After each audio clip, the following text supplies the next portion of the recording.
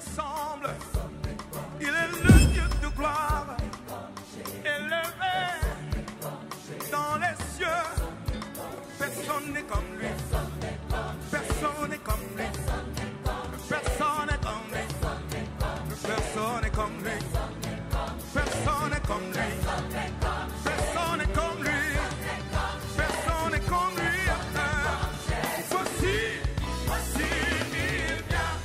Au son de la trompette, chez vos chandeliers, brillant comme le soleil, élève la voix, comme c'est le jubilé. Radio Sion, dansez. Voici, il vient. Nous poursuivons notre enseignement sur les combats de la destinée. Nous avons parlé de géants dans cette partie du combat de la destinée.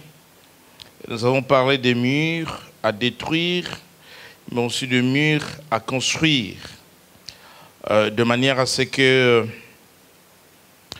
nous puissions avancer dans la conquête de notre mission, de notre destinée, dans la conquête de notre terre promise. Chacun a une terre promise. Chacun a son Canaan à conquérir. Amen. Mais arriver à Canaan, c'est des années de guerre, de combats, des années de lutte. Arriver à Canaan, c'est des années de sacrifice.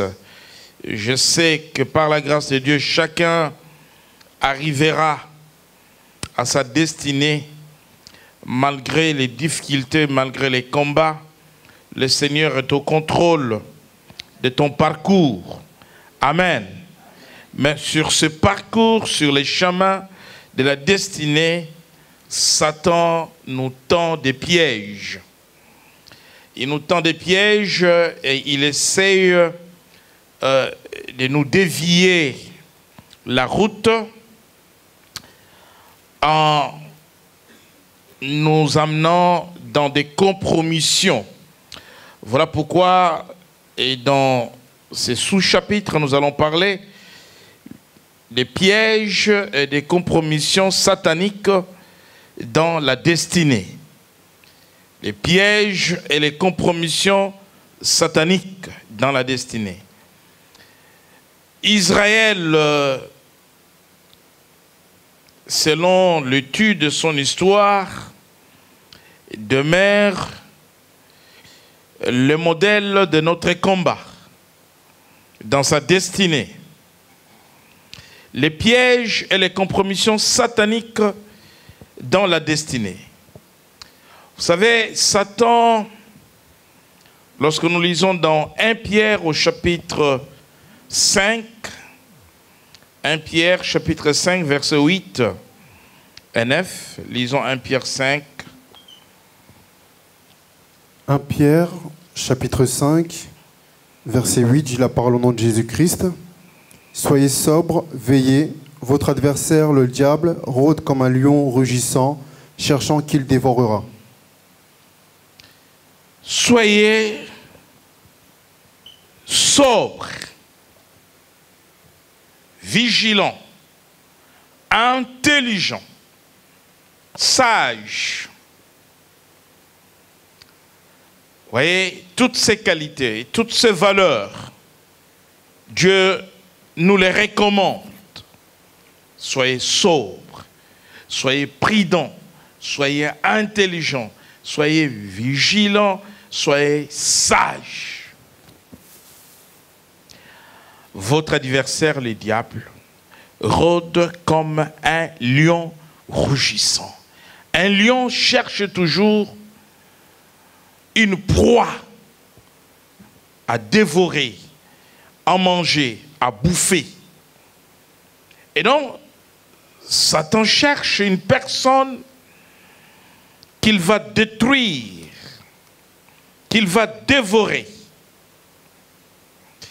La Bible dit, résistez-lui avec une foi ferme, sachant que les mêmes souffrances sont imposées à vos frères dans le monde. Pourquoi Satan va t'étendre des pièges? Pourquoi Satan va t'entraîner dans des compromissions?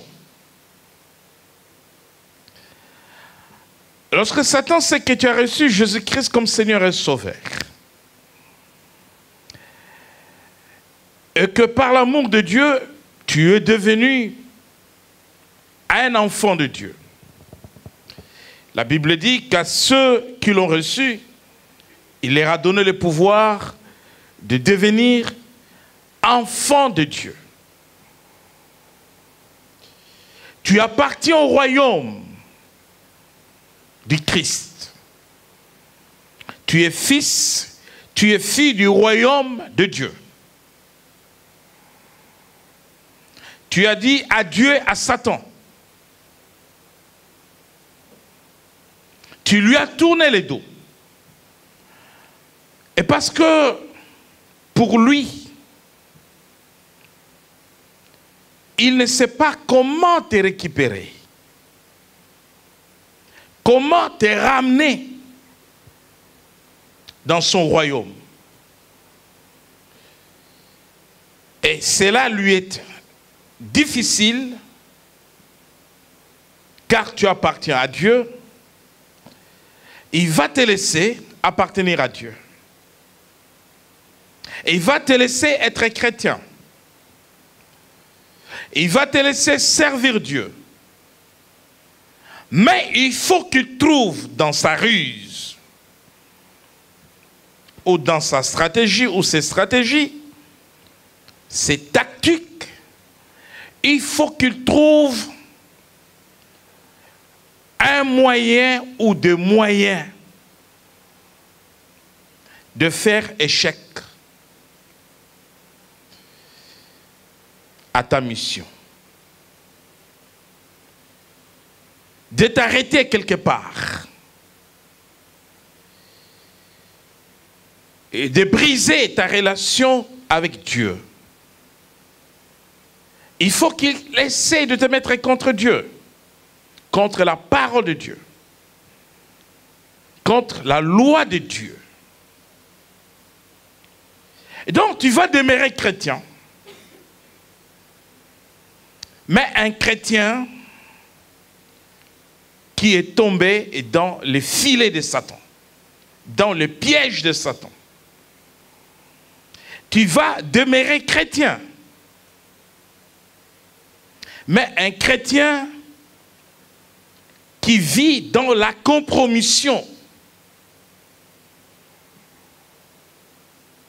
C'est-à-dire qui a trahi son alliance avec Dieu. Un chrétien qui vit dans la désobéissance. Un chrétien apostate. C'est-à-dire qui est tombé dans l'apostasie, l'abandon de la foi. C'est cela l'apostasie. Mais qui vient à l'église, qui a des activités, qui fait tout. Donc Satan ne cherche pas à ce que on te retire l'étiquette de chrétien. Il te laisse là où tu es chrétien, pourvu qu'il a tendu des pièges, que tu tombes dans les pièges. Et le but des pièges pour Satan, c'est de t'empêcher d'accomplir la mission de Dieu. De conquérir ta destinée. Satan peut te laisser chrétien, te faire tomber dans des pièges pour te faire échouer dans la vie. Et donc, nous devons être sobres. Nous devons être vigilants. Nous devons être équipés des armes de Dieu. Nous devons être intelligents. Nous devons être sages. Nous avons parlé de la sagesse. La sagesse dit, le discernement est ma demeure. La réflexion est ma demeure.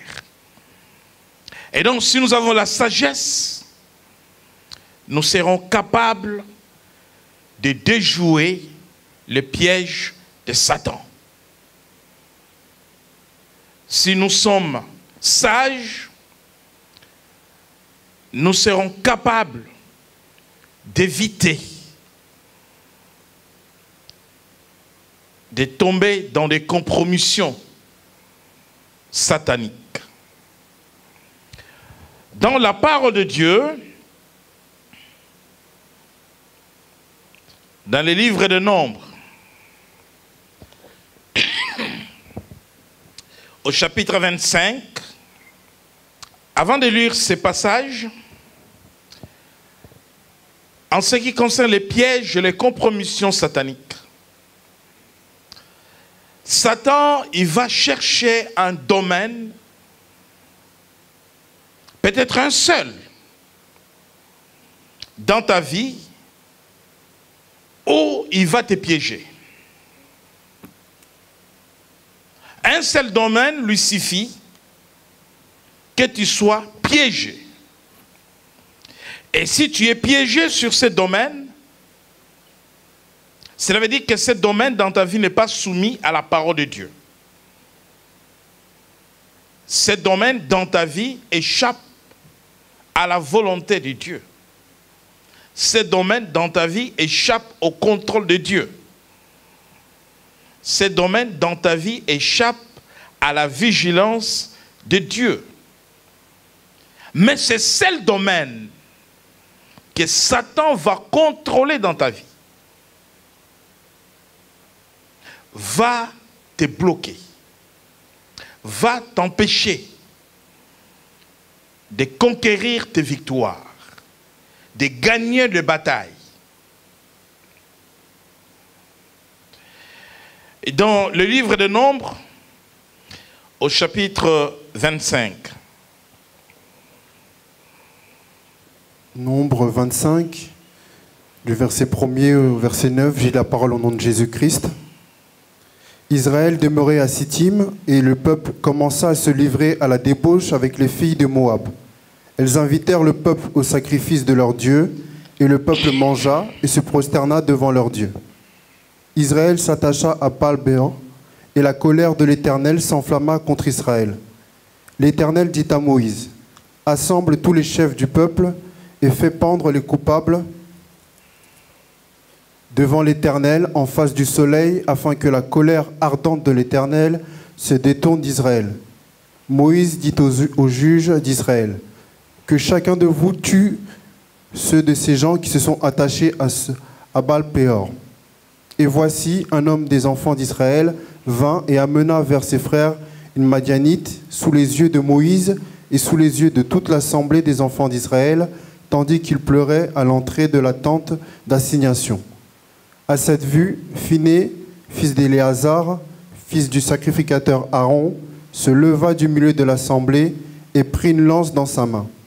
Il suivit l'homme d'Israël dans sa tente, et il les perça tous les deux, l'homme d'Israël, puis la femme, par le beau ventre. Et la plaie s'arrêta parmi les enfants d'Israël. Il y en eut 24 000 qui moururent de la plaie. Parole du Seigneur. Amen. Il y eut 24 000 qui moururent de la plaie. Les pièges et les compromissions sataniques. Si Satan ne trouve pas une faille,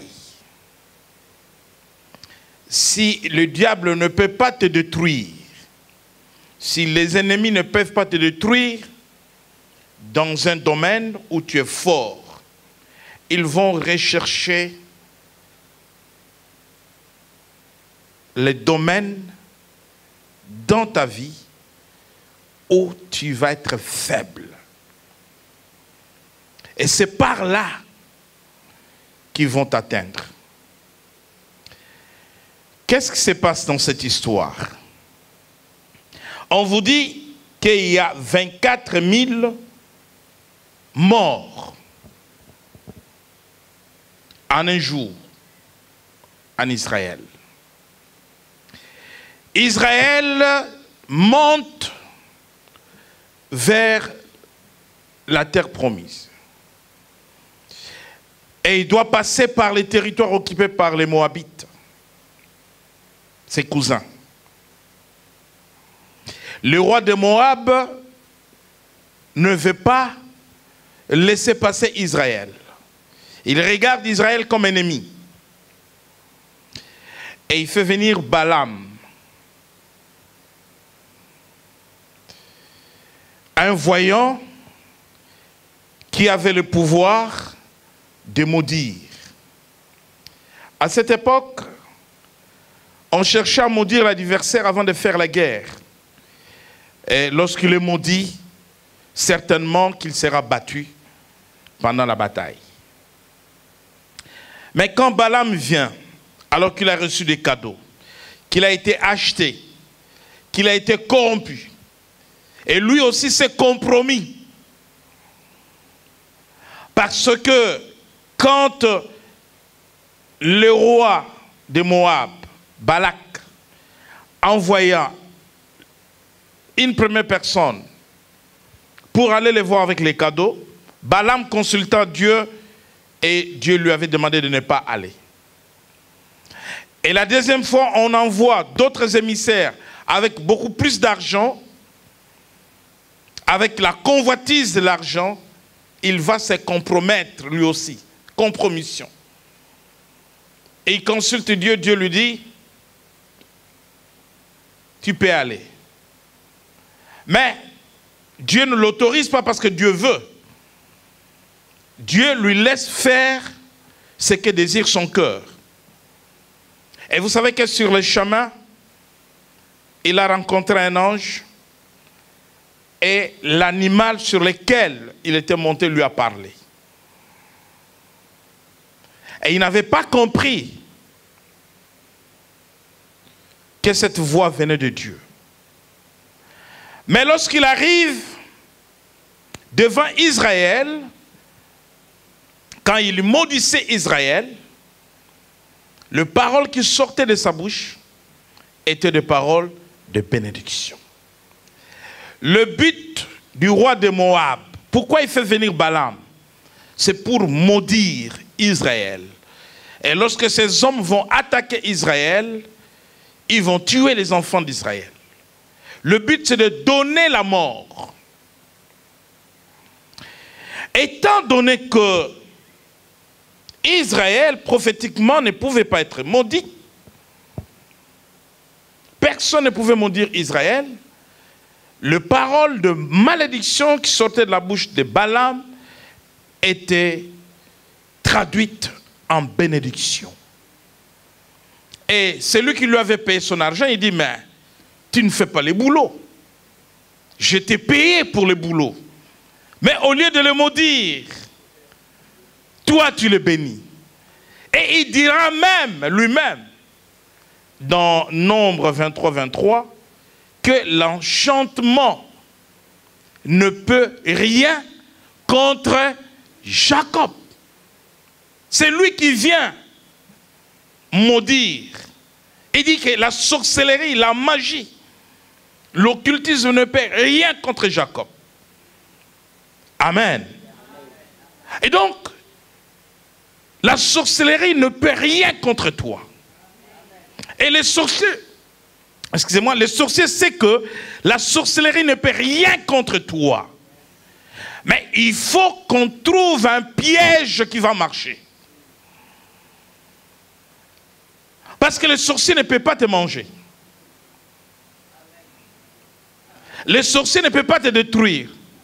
Et il faut qu'on trouve un piège par lequel tu vas tomber pour que tu sois vulnérable. Autrement, il faut te faire pécher. Bien-aimé, si tu es dans la sanctification, l'ennemi ne peut rien contre ta vie. Alléluia. Si tu es dans la sanctification, le diable ne peut rien contre ta vie. Voilà, Satan, sachant que l'homme de Dieu, l'enfant de Dieu, la femme de Dieu qui est dans la sanctification n'est pas vulnérable, ne peut pas être touché, est intouchable. Et il faut le piéger, le faire tomber dans un péché. Et une fois qu'il tombe, il se compromet par rapport à la parole de Dieu. Il pêche contre Dieu, il pêche contre son alliance, il pêche contre la parole de Dieu. Et en ce moment-là, on peut les toucher. Le but était de donner la mort. La formule de la malédiction n'a pas marché. Mais Balaam a un problème. Il a pris l'argent. Et il faut qu'il fasse le travail pour lequel il est payé. Alors, il dit à Balak, c'est impossible de maudire ce peuple. Mais j'ai une idée, une petite idée. Il faut les piéger. Ils vont se compromettre. Et en ce moment, leur Dieu va les lâcher. Ils seront sans protection. Bien-aimés, le péché brise l'alliance avec Dieu. Amen. La Bible dit, Israël demeurait à Sittim. Et le peuple commença à se livrer à la débauche avec les filles de Moab. Les enfants d'Israël sont allés vers les filles moabites. C'était la stratégie que Balaam avait conseillée à Balak, le roi de Moabite. Il faut larguer les filles moabites. J'ai toujours pensé que ces filles étaient très belles et très séduisantes. Vous savez, j'ai toujours parlé de l'influence de la femme sur l'homme. La femme a la capacité d'amener un homme où il veut l'amener. Que tu sois général, président, roi, la femme peut t'amener n'importe où. On a vu des grands hommes à Euro Disney ici. Amen. C'est lui ou c'est pas lui? Oui, mais c'était lui. Et la femme l'a amené.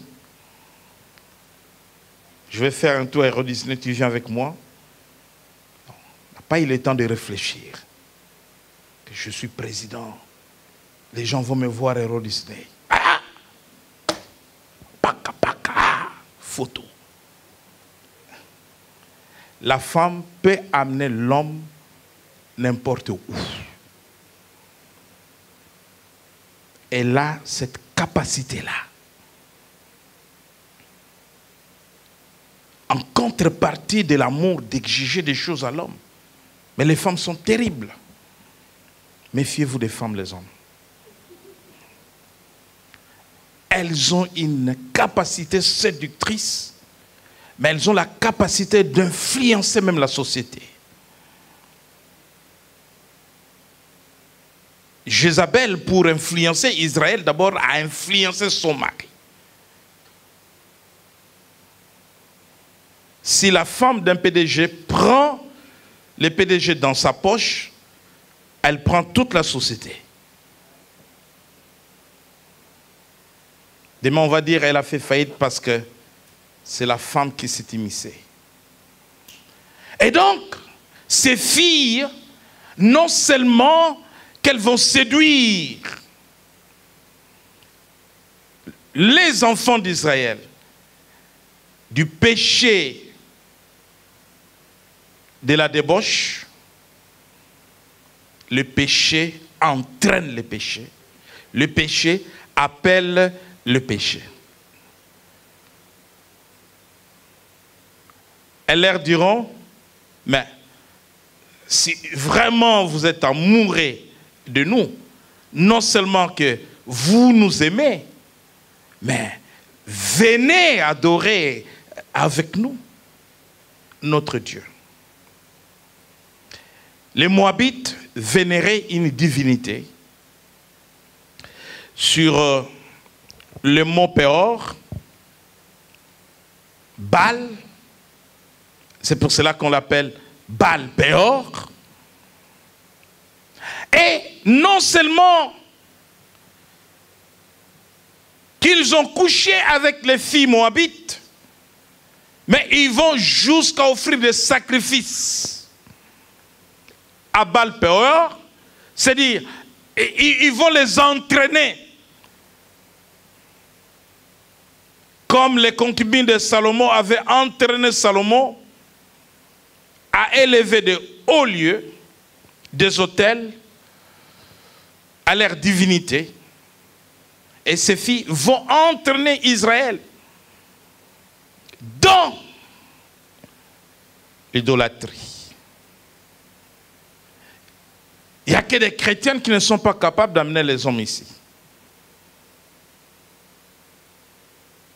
Voilà pourquoi je pense que vous êtes capables d'amener vos maris ici. La femme a cette capacité-là.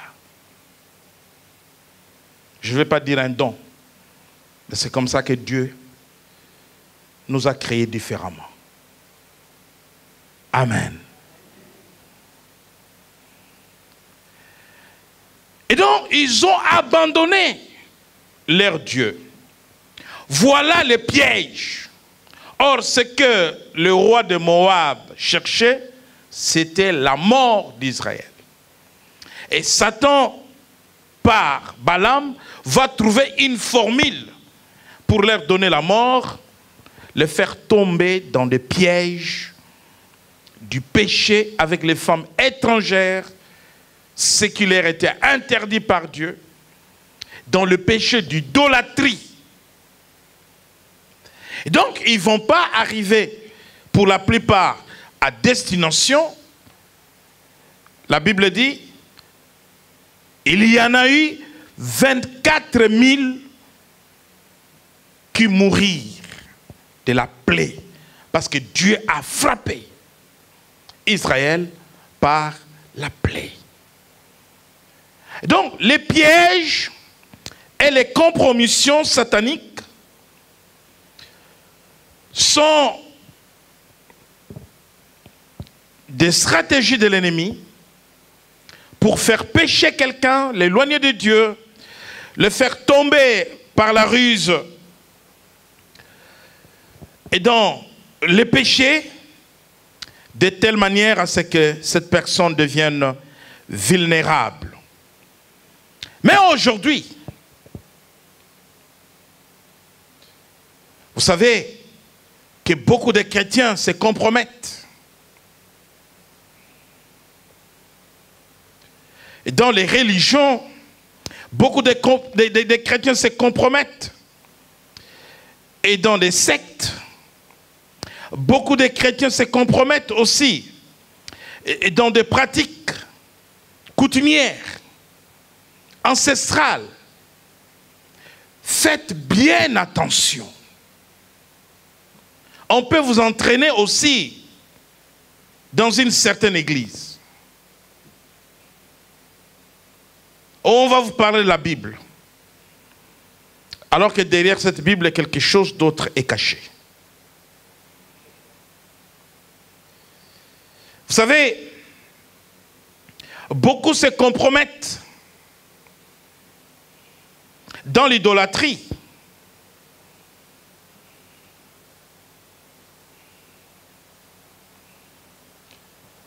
On peut vous amener quelque part en pèlerinage. Allez vous incliner devant des statues où on va vous donner de l'eau. Il y a beaucoup de chrétiens dans des églises qui vont à Lourdes, mais de manière clandestine. Ce sont des pièges et des compromissions sataniques. C'est karma de l'idolâtrie.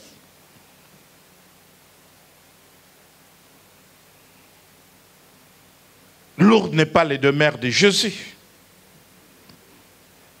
Le demeure de Jésus, c'est toi. Tu es le temple de Dieu. C'est des compromissions sataniques, c'est l'idolâtrie. Qu'on vous amène devant des statues pour les besoins de la guérison, pour les besoins de la délivrance. C'est des compromissions.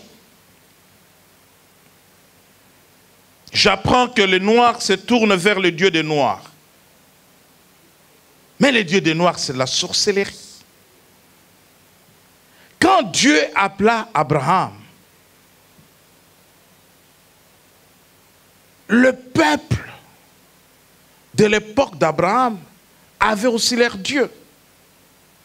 Tout le peuple de la terre vénérait des divinités. Il n'y a pas un Dieu pour les blancs, il n'y a pas un Dieu pour les noirs, il n'y a pas un Dieu pour les rouges, il n'y a pas un Dieu pour les Européens, il n'y a pas de Dieu pour les Africains. Amen. D'autres se tournent vers le christianisme céleste. Mais le christianisme céleste, c'est le syncrétisme. C'est à la fois le vaudou, la sorcellerie du Bénin, du Nigeria,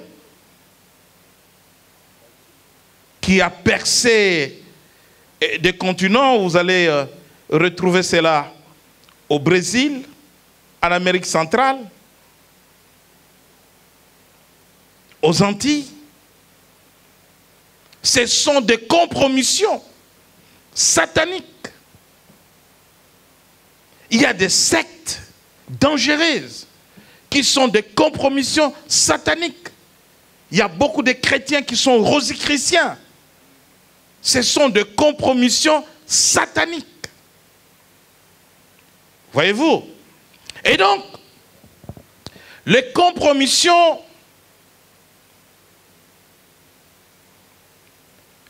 vous laissent être chrétien, mais Satan va prendre le contrôle d'un domaine de votre vie. Et ce domaine-là, vous ne le soumettez pas à Dieu. Jésus n'a pas de couleur. Jésus n'a pas de race. Jésus est Dieu. Alléluia. Il est le Dieu de peuple, des nations. Il n'est pas le Dieu d'un peuple. Ne tombez pas dans des compromissions sataniques, dans l'idolâtrie, dans des pratiques ancestrales. Ne tombez pas dans le vaudou. Ne tombez pas dans la magie. Maintenant, sur Internet, on vous apprend tout. J'attire l'attention des jeunes. Il y a beaucoup de messages sur Internet, sur les autels sataniques, sur les dieux des ancêtres. Et ces choses sont très dangereuses. Ne serait-ce que avoir des pages sur votre Facebook où on vous dit que Jésus était noir, tout ce qu'on vous a toujours raconté c'est faux, et Jésus était mon Congo, n'importe quoi, c'est de la sorcellerie.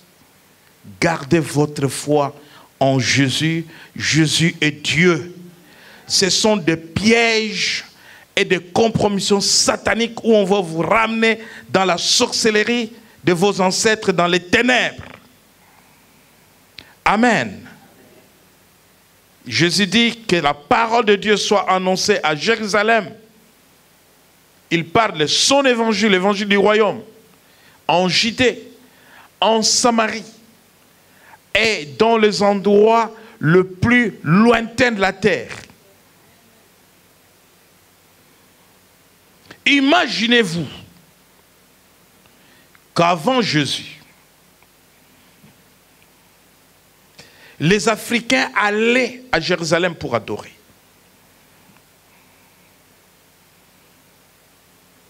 pèlerinage. Et imaginez-vous, après Jésus,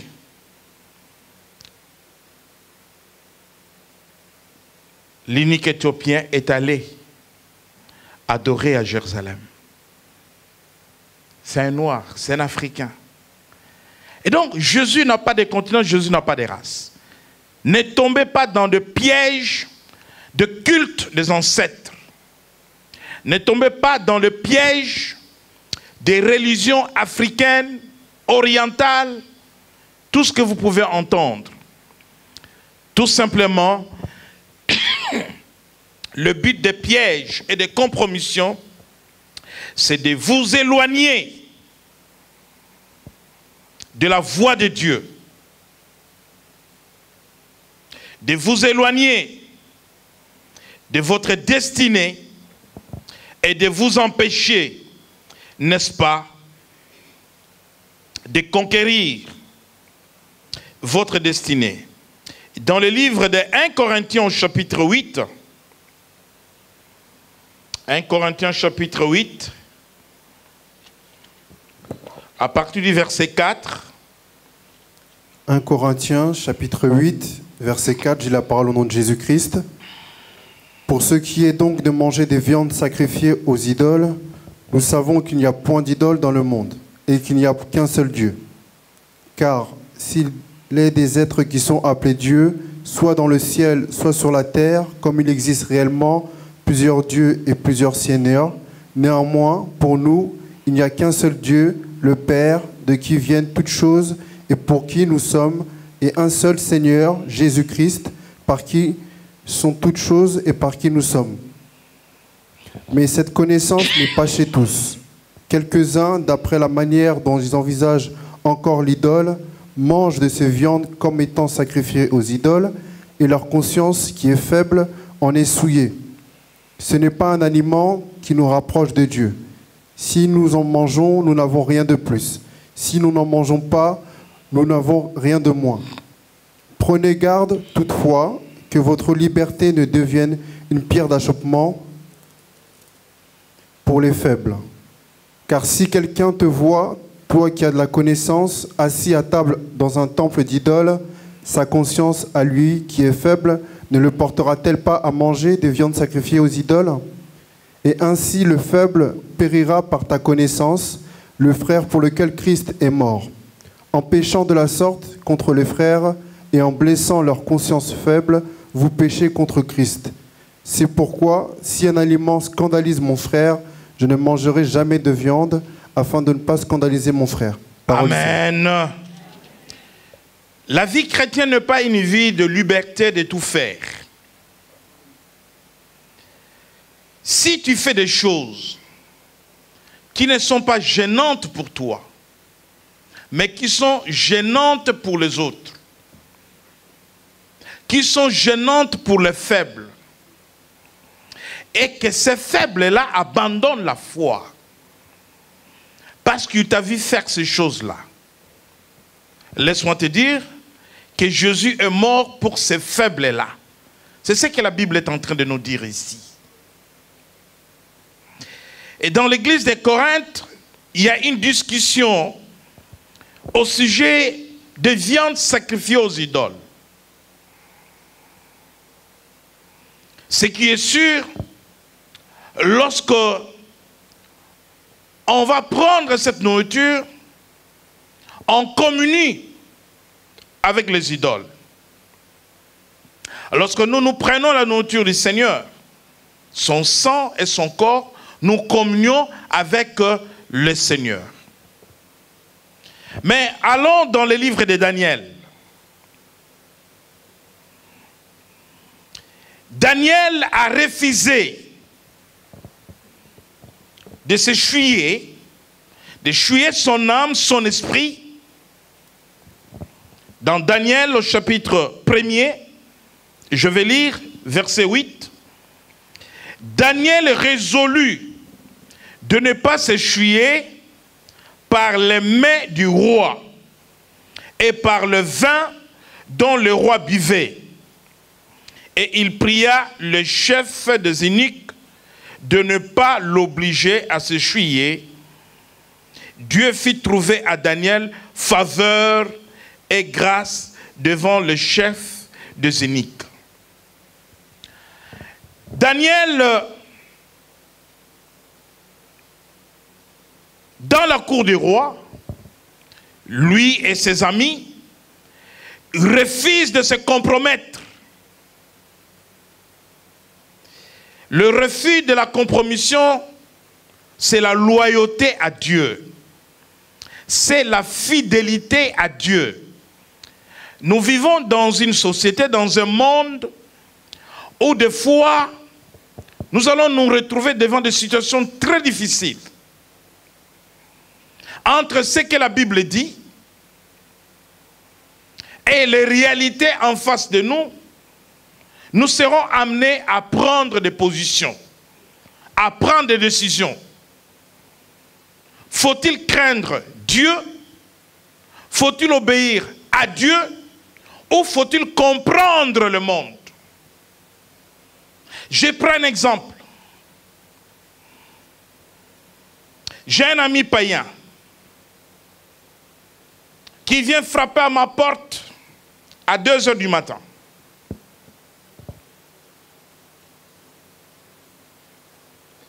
Il vient avec sa maîtresse, qui n'est pas sa femme. Je dis bien sa maîtresse. 2 heures du matin.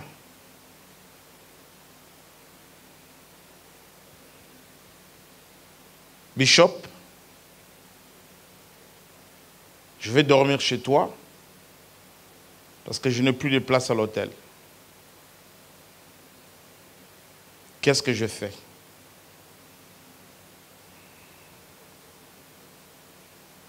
Je leur donne une chambre chez moi. 2 jours, 3 jours, le temps qu'il aille trouver un hôtel. Je suis face à 2 problèmes.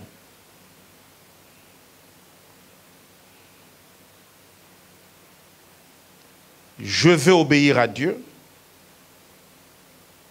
ou je vais faire plaisir à un homme ou je vais sauvegarder mon amitié avec cet homme ou je vais sauvegarder mon alliance avec Dieu, mais si je dois sauvegarder mon amitié avec cet homme, je vais me compromettre. Je vais participer à son péché. C'est cela une compromission. Beaucoup de chrétiens participent au péché des autres, sont complaisants. Cette complaisance va se retourner contre toi. C'est le diable qui amène cette complaisance dans ta vie. Cette complaisance n'est qu'une attaque des diables, des démons. C'est contre ta destinée.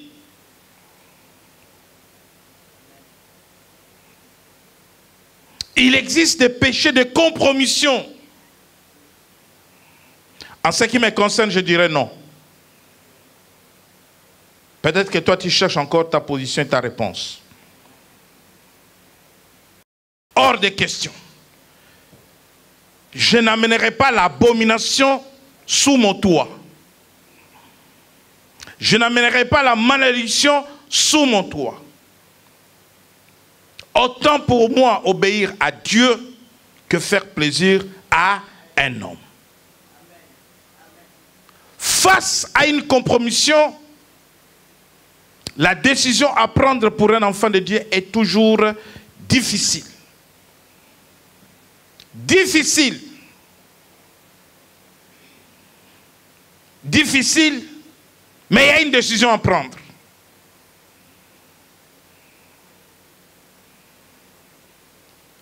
Tu peux être face à toute ta famille, tous contre toi. Mais on voit des chrétiens à l'enterrement parler aux morts. Mais ce sont des compromissions graves. On voit des chrétiens parler aux morts.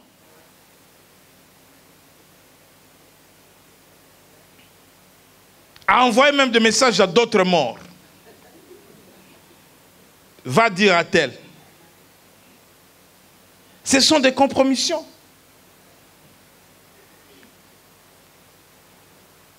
S'adresser à un mort, c'est la nécromancie. Et il faut être dans la sorcellerie, dans l'occultisme pour parler aux morts. Des gens qui n'entendent rien.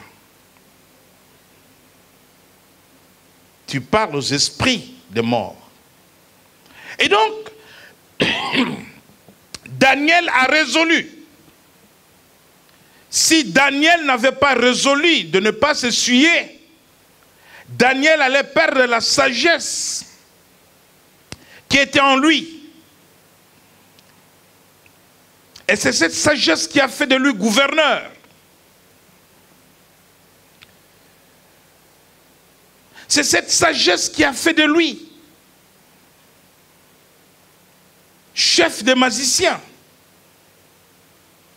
Parce qu'il avait refusé de se compromettre. Il n'y avait pas un pasteur derrière Daniel. Il n'y avait pas un surveillant derrière Daniel. Bien-aimé dans le Seigneur. La relation avec Dieu, c'est toi avec Dieu. C'est ta conscience avec Dieu. Il y a beaucoup de combats. Il y a beaucoup de difficultés. Mais il faut demeurer attaché à Dieu, demeurer dans la fidélité, dans la loyauté. Comment faire face aux pièges et aux compromissions sataniques? Comment faire face, faire en sorte de tenir bon et de ne pas tomber dans le piège et les compromissions sataniques.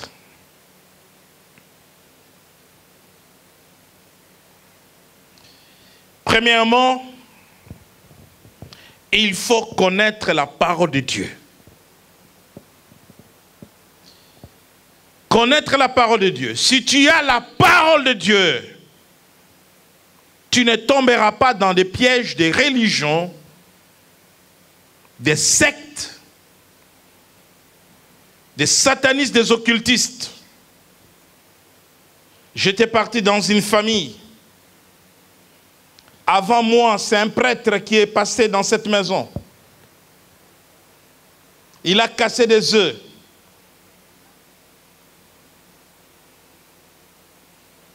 Il a allumé des bougies. Il a répandu du sel. Et il a donné des prescriptions. Personne ne peut taper au mur. Et dans la maison, il y avait des enfants. Comment vivre dans une maison avec des enfants? Personne ne tape au mur. Donc, il faut marcher toujours à distance de mur. Dans les chambres, au salon. Esclave. Amen. Si tu as la parole de Dieu, si quelqu'un veut chasser le mauvais esprit, il le fera dans le nom de Jésus. Ce n'est pas en cassant des œufs. Un prêtre. Ce n'est pas avec des bougies. Les démons n'ont pas peur de bougies. Les démons n'ont pas peur de chapelets. Parce que dans toutes les religions, même païennes, on utilise les chapelets.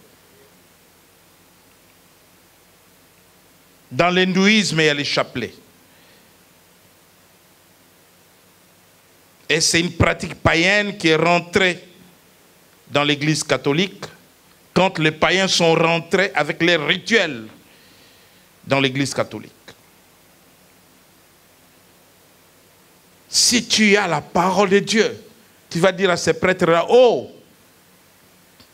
c'est quoi ça? Arrête. Je croyais que tu venais pour faire la prière au nom de Jésus. Sors de ma maison. Alléluia. Si tu as la parole de Dieu, tu ne tomberas pas dans des compromissions. Et dans Proverbes chapitre 4, nous avons parlé de ces textes. Proverbes 4, 5, 6. 5 et 6.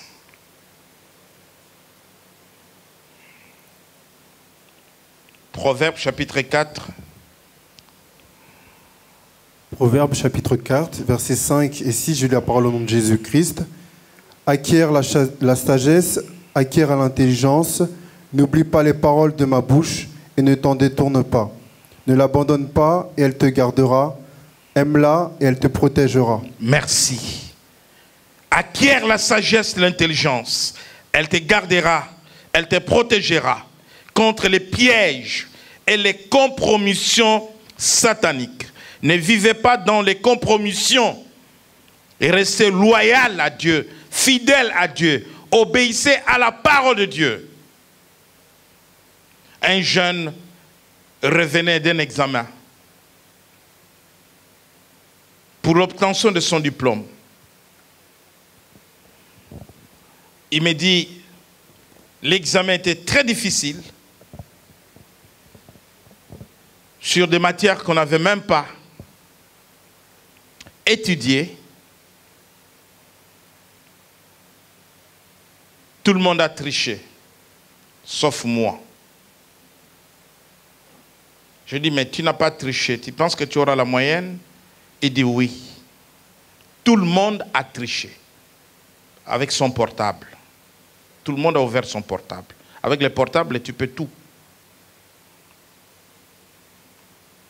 Et voilà un enfant de Dieu.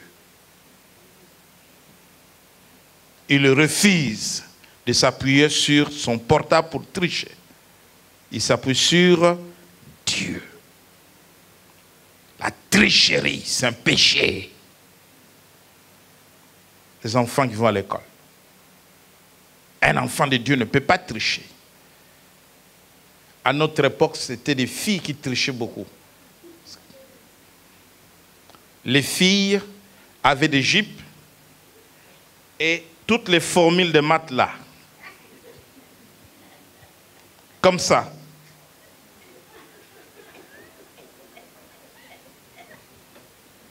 Quand le surveillant avance,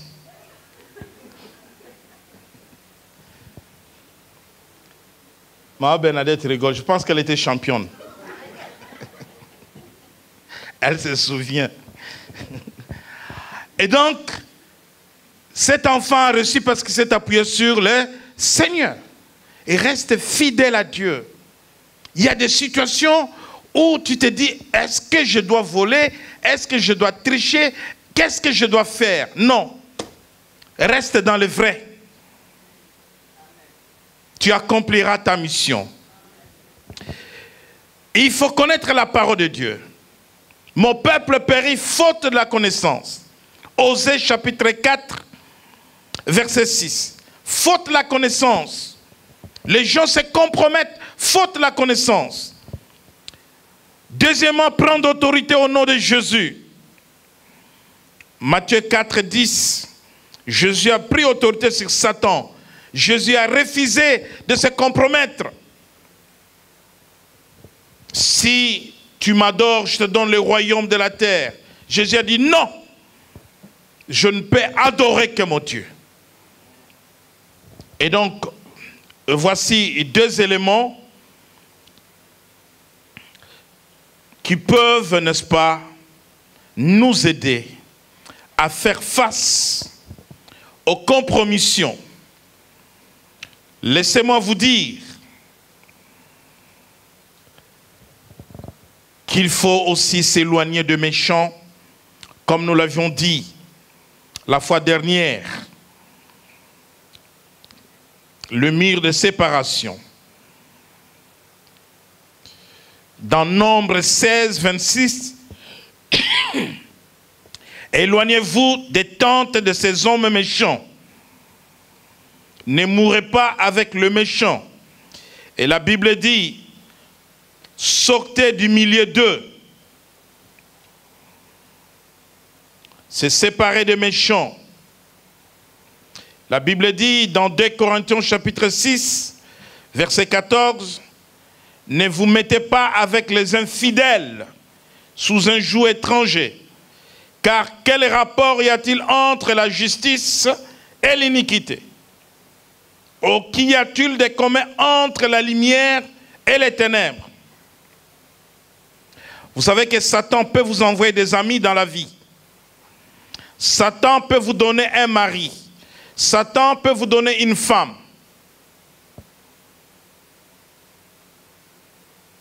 Ça, c'est un piège.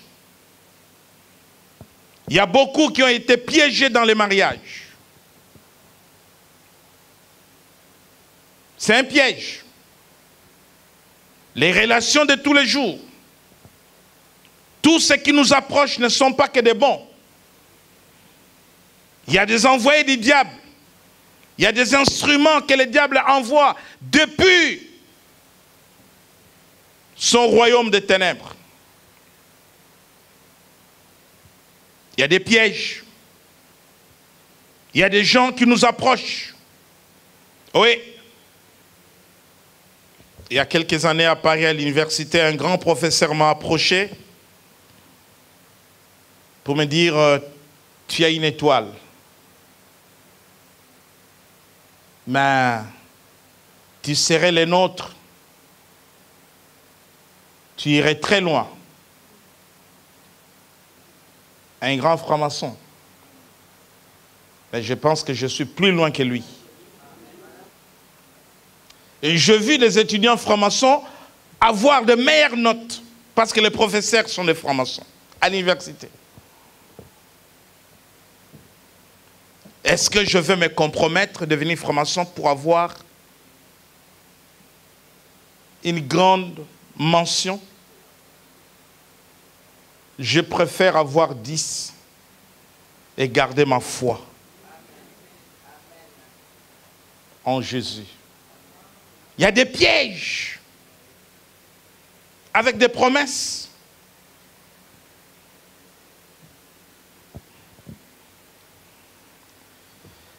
Un collègue étudiant vient me voir, me dit, je vais me dévoiler. Mais il nous est interdit de parler aux profanes. Moi, profane, c'est toi qui es profane. Et il nous appelle les profanes. Et pour me séduire, il me montre des photos où il est avec plusieurs chefs d'État. Il dit, voilà, tel pays, tel pays, tel pays, je peux t'amener là, je peux t'amener là, je peux t'amener là, je peux t'amener là. Je veux bien être ton parrain. Je t'introduis. Vous serez aussi sollicité. Peut-être que vous avez déjà été sollicité. Bien-aimés, ce que nous avons gagné en Jésus, le monde n'aura jamais cela.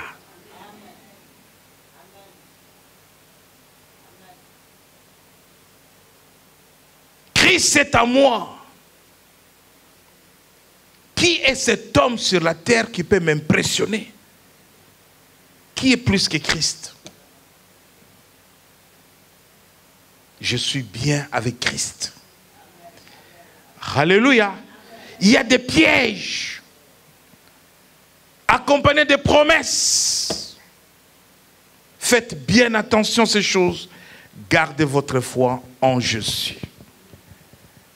Malgré les combats, malgré les difficultés, vous gagnerez. Votre destinée est à votre portée. Que le Seigneur vous bénisse.